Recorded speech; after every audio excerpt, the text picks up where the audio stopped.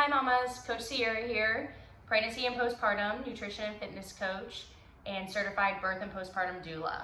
I'm here today to talk to you guys about the 8 advanced exercises that you're going to be progressing your body into after the first few months of doing the beginner Diastasis Recti exercises and feeling comfortable enough to progress into those more advanced exercises in the next stage and phase of regaining that core strength and bringing those abdominal muscles back together and closing in that gap that you had months ago when you first were postpartum or during pregnancy. And today I'm going to show you exactly how the 8 exercises will look. And what you're going to want to do is, if you don't have a mini band, these exercises are going to be used with a mini band.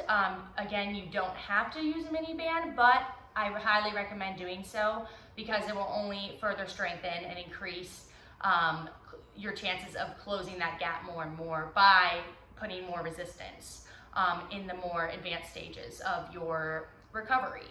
So what you're going to want to do is sit down and put that mini band up above your knees, like so, okay? And we're going to roll back down. And we're going to lie down on our side and roll over. The first exercise that we're going to be doing is the glute bridge. We're going to be having our back flat into the ground, into the floor. Tilt that pelvis down, up, make sure it's tilted down. Palms flat on the mat and feet pressed into the floor. We're going to inhale on the way up and exhale going back down. When we inhale, we're going to rise our hips up and everything needs to be in line together. We're going to squeeze our glutes and our core. All right, it's going to look like this. All right, so we're going to inhale, breathe in, squeeze. Notice how everything's in line. My glutes are contracted. Everything's in line with my hips. We want to make sure we get our hips as high as possible. Hold that for a couple seconds and bring it back down. Exhale. Breathing is very important throughout all these exercises. It's going to bring in your core more and contract everything where it needs to. Also using your diaphragmatic breathing and strengthening those muscles to bring your core back together. So you want to touch down for a couple seconds, breathe in, back up, squeeze, and exhale. Come back down, relax, tilt the pelvis before you rise up, and squeeze, and relax. Couple more, squeeze, resist that band. Keep those knees separated, don't let your legs come in, okay? This is going to help work your glute muscles as well as your core. And one more, tilt and up. Come back down. You want to do 5 to 10 reps of those and also 2 to 3 sets and work your way up, okay? Next exercise, we're going to bring our feet together. We're going to do a lying abductor, opening up of the pelvis, okay? This is also good for the pelvic floor as well. We're going to resist the band, back flat on the floor, tuck those hips in, and we're going to open up, squeeze, and come back in. Open up, hold for 2 to 5 seconds, come back in. Back in, make sure your back's flat to the floor. Feet are on the ground. You're going to feel that tension in the side of your hips, your adductors.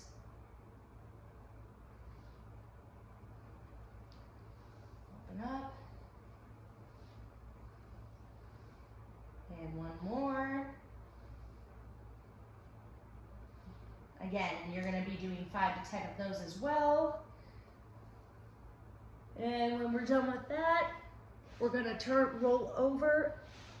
Before that, actually, let's go ahead, since we're on our back, let's go ahead into the third exercise, and we're going to do a knee march. So all you're going to do is just drive that knee up squeeze, back flat, back down. Drive the other knee up, flex your foot, back down. Drive it up, back down. Up and down. Make sure you're breathing.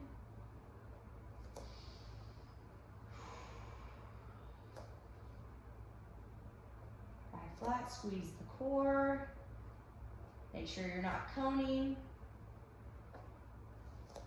One more. If you need to readjust, if the band goes up, go ahead and readjust so you get that resistance. All right, we're gonna do 5 to 10 on each side of that. 2 to 3 sets. We're gonna roll over to our side properly. We're gonna push up into a side plank next with our inside of our knee bent, that is touching the floor. The other leg will extend out. We're gonna go ahead and push up, hands on the hip. All we're gonna do is do a side dip, dip down and up. We're gonna do 5 to 10 of these. Okay, make sure you're breathing, keeping those hips in line with linear with your shoulders and pelvis and your legs and hips. If you want to do an advanced version of this, if this gets easier, you can take that other leg off the floor, dip down, okay? But you can start off doing this first, okay? Then from there, you do 5 to 10 of those. We're gonna open up and lift our leg, side lift. Make sure you're breathing. Squeeze the core. Get that leg as high as possible. You're gonna feel that burn. And then from there, we're gonna go ahead. You can stop there if you feel that's, let's just listen to your body. If you feel that's enough, if you wanna take it to the next level, push back up. We're gonna rotate our body in, okay? Take your arm, rotate underneath your armpit. Rotate, squeeze. 5, 4, 3, 2, and 1. And you're gonna do the same thing on the other side.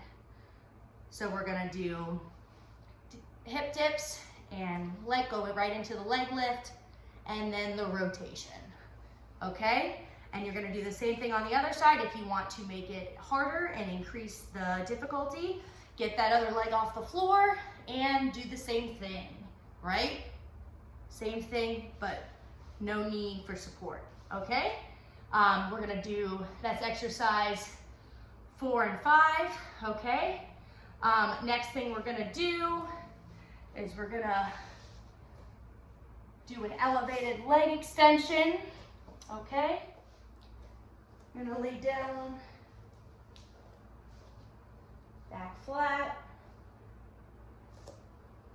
knees up, elevated leg extension, extend your leg out, and we're gonna do 2 circles, okay?